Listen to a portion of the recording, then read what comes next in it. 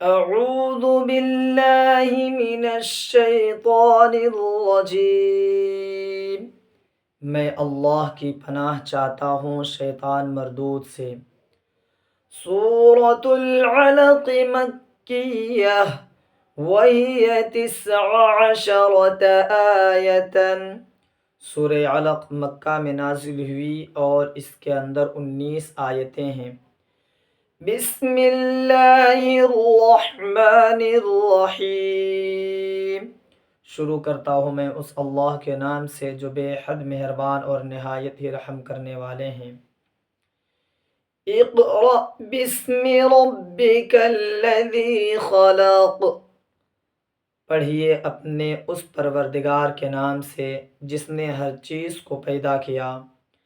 خلق الانسان من علق، جس نے انسان کو جمے ہوئے خون سے پیدا کیا۔ اقرأ وربک الاکرم، پڑھیے اور آپ کا پروردگار بڑا ہی سخی ہے۔ الذی علم بالقلم، جس نے سکھایا علم پین کے ذریعے۔ علم الانسان ما لم يعلم، اس نے سکھایا علم انسان کو اس چیز کا جس کو انسان جانتا نہیں تھا۔ کلا ان الانسان لیطغی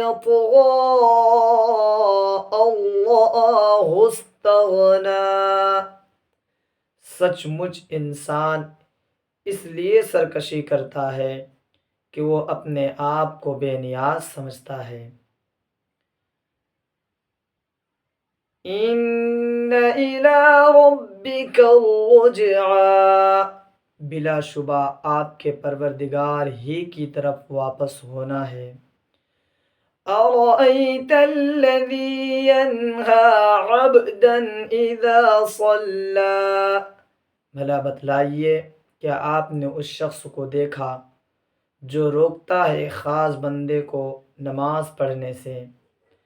ارأیت ان کان علی الہدی، آپ دیکھیے تو صحیح کیا وہ ہدایت پر ہے۔ او امر بالتقوی، یا وہ پرہیزگاری کا حکم کرتا ہے۔ ارأیت ان کذب وتولی، آپ دیکھیے تو صحیح کہ اگر وہ جھٹلاتا ہے اور روگردانی کرتا ہے۔ الم یعلم بان اللہ یری، کیا وہ نہیں جانتا ہے کہ اللہ تبارک و تعالی اس کو دیکھ رہے ہیں۔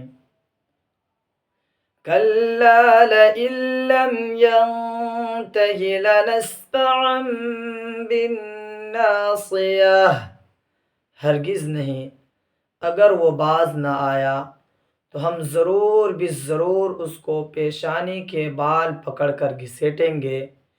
ناصیۃ کاذبۃ خاطئہ، ایسی پیشانی جو جھوٹی اور خطا کار ہے۔ فلیدع نادیہ، پس چاہیے اس کو کہ وہ بلا لے اپنے ہم نشینوں کو بھی۔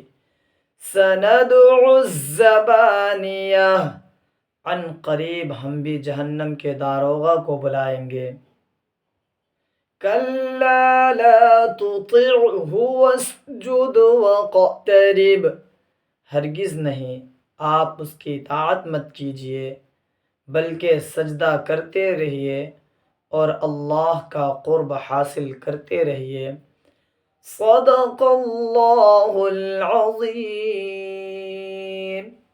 عظمت والے اللہ نے سچ ہی بیان فرمایا ہے۔